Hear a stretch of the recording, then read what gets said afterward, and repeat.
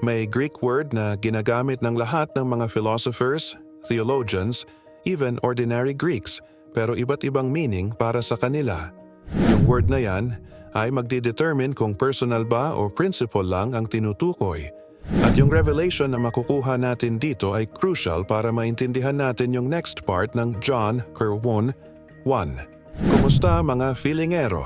Welcome sa special episode ng aming LOGOS series. Before tayo mag-proceed sa "And the Word was God," yung most controversial clause sa John 1:1, kailangan natin i-establish muna kung ano ba talaga ang LOGOS na tinutukoy ni John. Kasi kung mali yung understanding natin sa LOGOS mismo, ma-misinterpret natin yung divine nature niya. So today, let's dig deep sa word na LOGOS at makita natin kung bakit crucial ang definition na ito. John 1:1. In the beginning was the Word. Enarche and logos yung Greek word na logos. Logos, ito yung heart ng buong debate. Ano ba talaga ang meaning nito? According to Strong's Greek Lexicon, yung logos may fundamental distinction sa another Greek word na Rhema. Rhema. Yung Rhema ay specific spoken word or individual utterance, isang particular statement or command na binitawan. Pero yung logos ay much more comprehensive. Hindi ito basta word na naririnig mo. It represents the complete expression of thought, the embodied idea, the living communication.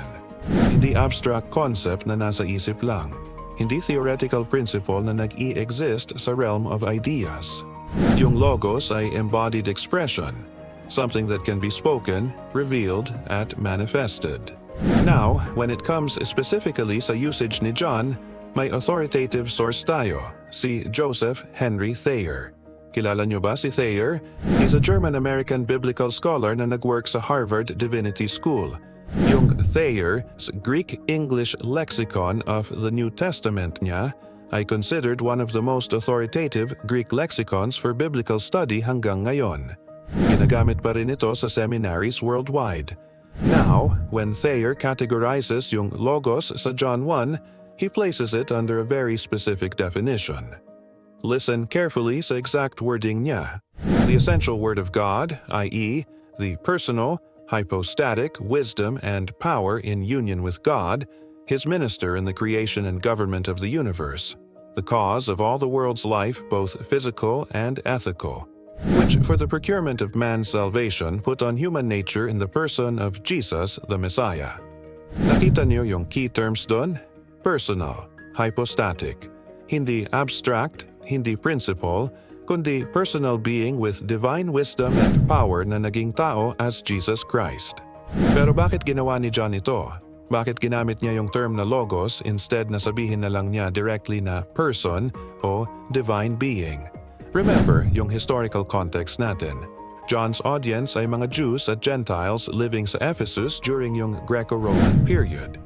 They were heavily influenced by Greek philosophy, particularly Stoicism. According sa historical records, yung mga Stoics ay may specific teaching about sa universe. Let me quote from a scholarly source. The cosmos is born out of this creative fire, and it is resolved back into this creative fire at the end of its life cycle, the moment of conflagration. After the conflagration, the cosmos is reborn.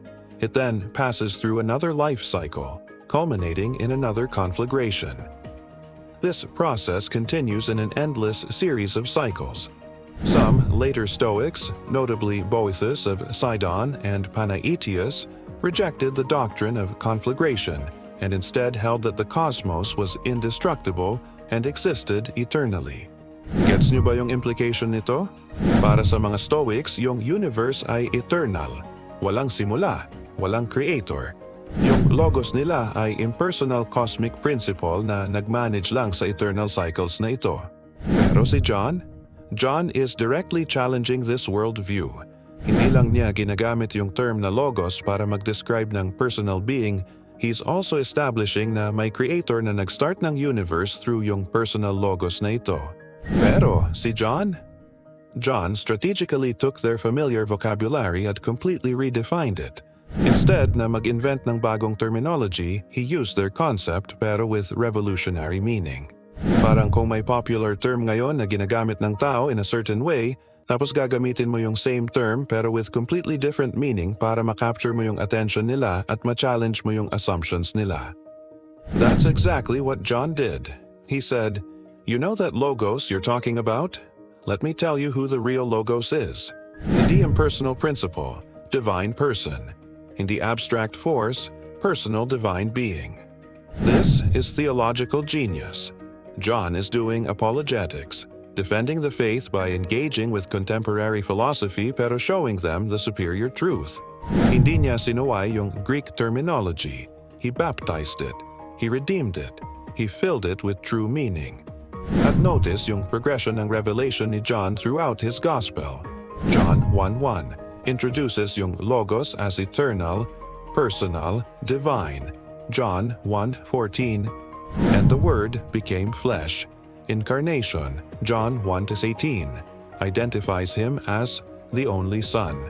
Relationship with Father step by step, John is revealing na yung eternal personal logos ay naging tao as Jesus Christ para sa salvation ng humanity. Another evidence na personal yung logos, yung consistent use ng personal pronouns throughout John chapter 1. Hindi ko pa na-mention ito sa previous videos, pero there are at least 16 personal pronouns used specifically to refer to the logos. Verse 3, all things were made through him. Verse 4, in him was life.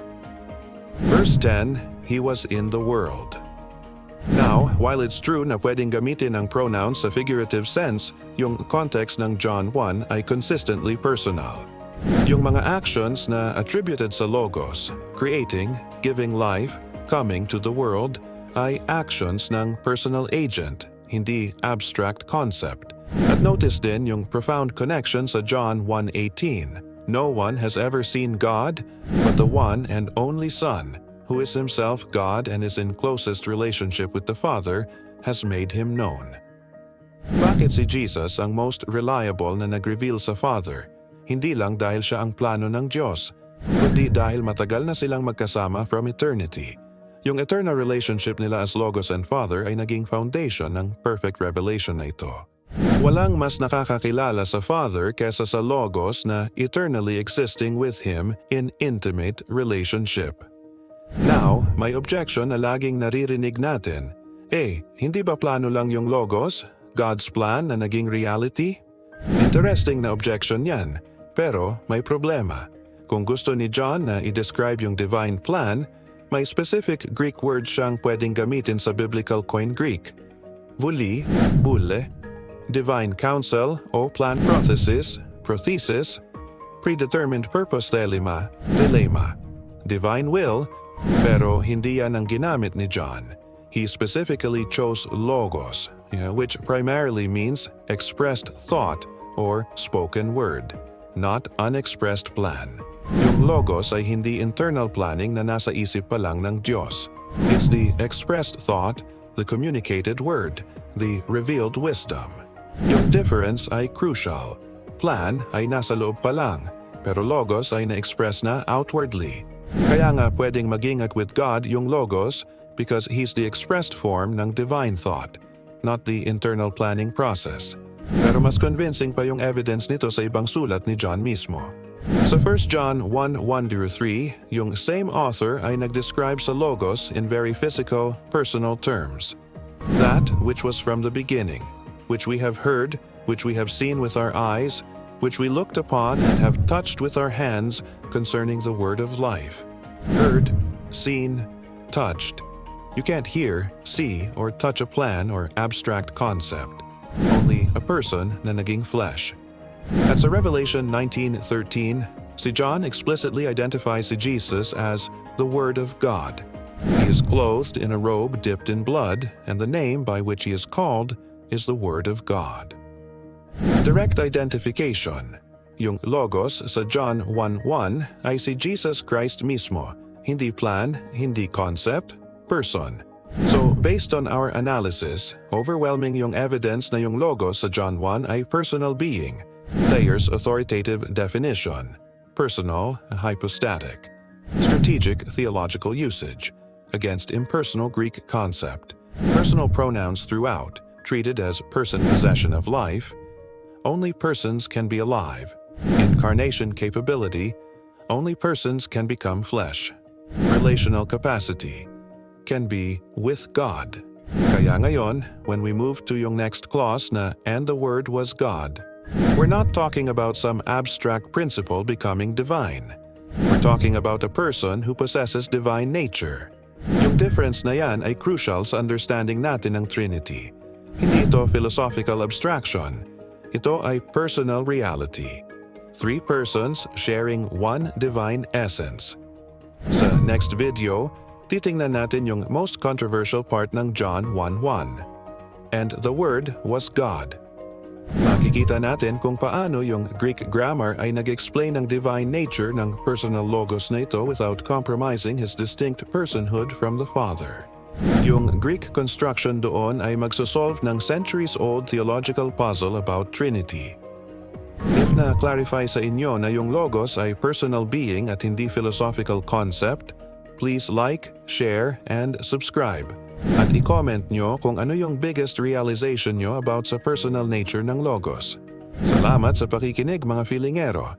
See you sa next video.